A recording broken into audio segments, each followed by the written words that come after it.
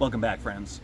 Today, we're in beautiful, incredibly gorgeous, historic, Roman York, England. Welcome back to Adventures with Phil.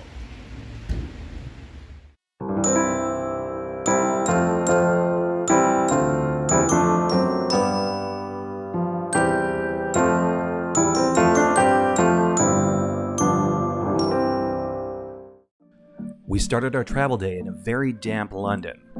After an interesting ride in a black cab, we boarded the train taking us from King's Cross all the way up to York in just under 2 hours. We dropped our bags in our accommodation, which was the historic and infamous birthplace of gunpowder plot co-conspirator Guy Fawkes. We stepped out into the former Roman outpost, and we caught our first real glimpse of the star of the show, the mighty York Minster. Our accommodation was so close to the Minster that we could always just look for the spire and find our way home. We had tickets for the National Train Museum, which we didn't want to miss. We went inside to see what captures the imagination and wonder of children of all ages.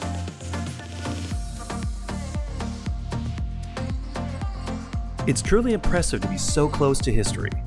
What began as a necessary mode of transportation for minerals, foodstuff, and manufactured goods quickly evolved into a form of transportation for some, and even luxury travel for the wealthy and powerful. All of the travel had given us an appetite. As a birthday gift, Becca had booked us in for afternoon tea in the Countess of York, a former train car, converted into a cozy dining room. Now, I've served my fair share of afternoon tea in my career, but I'd never sat down and experienced the meal myself.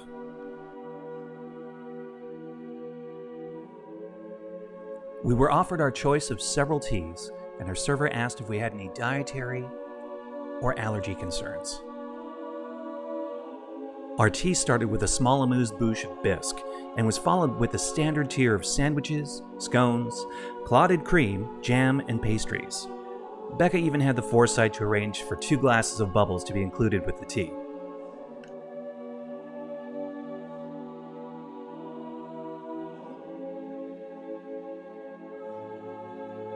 The food was fresh, the meal was light, bright, and the flavors were complementary.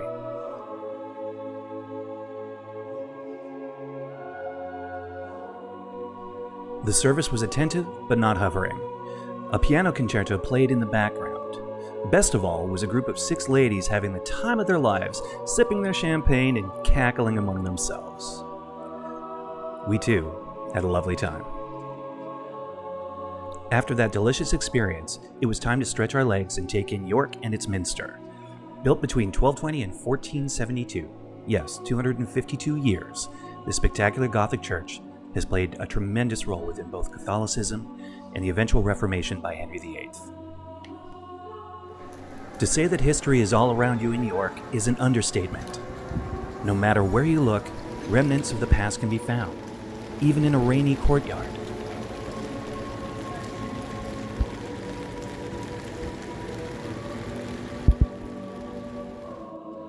There is nothing like a hearty Yorkshire pub meal to warm you up on a rainy night. We enjoyed pie and mash, bangers and mash, and finished with some incredible sticky toffee pudding.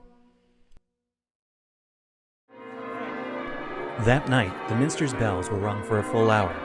Historically, this is done to alert the citizens to a time of trouble ahead. Specifically, the chiming of the bells was for the COP26 conference and the urgency to address climate change. We awoke to a dreary morning. We had tickets to the Richard III exhibition at the Yorkshire Museum. We decided to duck into the nearest cafe for some well-needed coffee.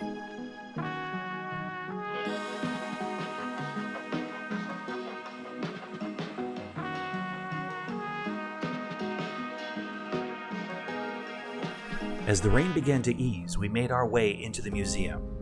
While not large, the Yorkshire Museum tells a detailed story of the history of Yorkshire, the Romans, the Anglo-Saxons, the Vikings, and each of their involvement in the growth of the county.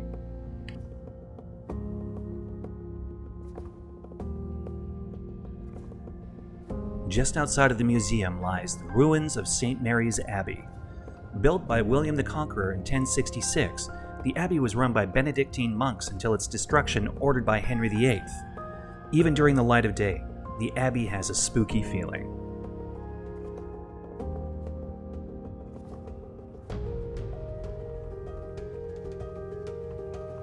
The York city walls were first constructed in 71 AD and used as the outer fortress for the city. After generations of reinforcement and improvements, many of these Grade 1 listed structures have been preserved, and walking the more than 2 miles both provide great exercise as well as some stunning views of the Minster.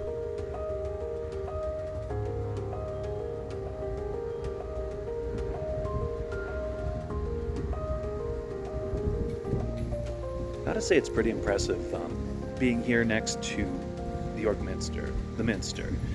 We're not even 100 meters away from where we're staying. It has been absolutely gorgeous and spectacular. It really makes you consider just how insignificant you are in North America, how our time frames, what we consider all to be just a blink of an eye. Once you've got your steps in, I suggest ducking into a pub for a pint. We chose Black Sheep Brewing and decided to partake in some of their tasty IPA.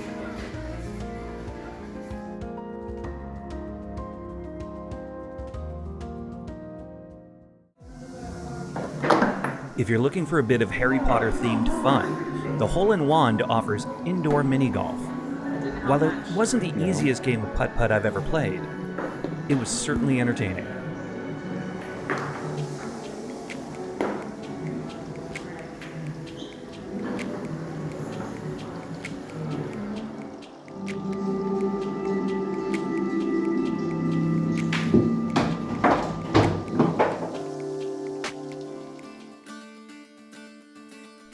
Just across Coppergate, you'll find the JORVIK Viking Center. As the name implies, it's all Vikings all the time.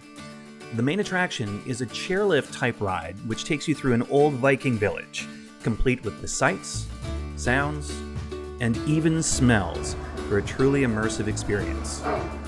Sometimes a member of staff will even dress up in costume and occasionally play a part in the attraction.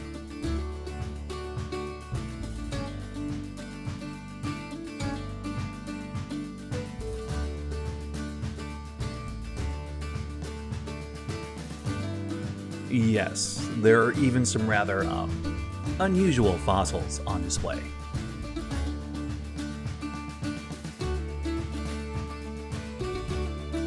Our visit to JORVIK Viking Center was both entertaining and informative. We'll certainly be back one day.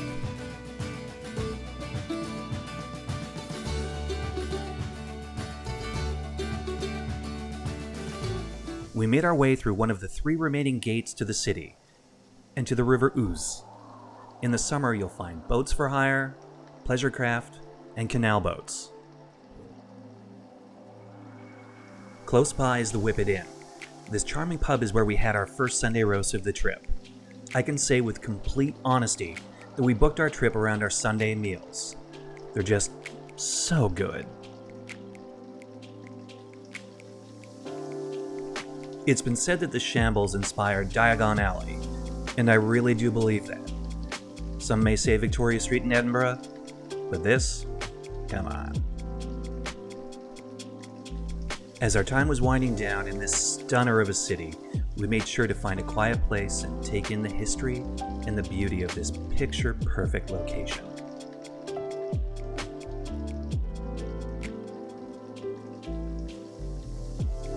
All too soon, we had to head back to our room at the Guy Fawkes, grab our bags, and make our way to the train station for our next destination. York has been outstanding. I've loved every moment of it. The history, the beauty, the rain, the food, the people have all been incredible. And now it's time for us to move on to Durham. Thank you very much for this adventure, and we'll see you next time. Take care.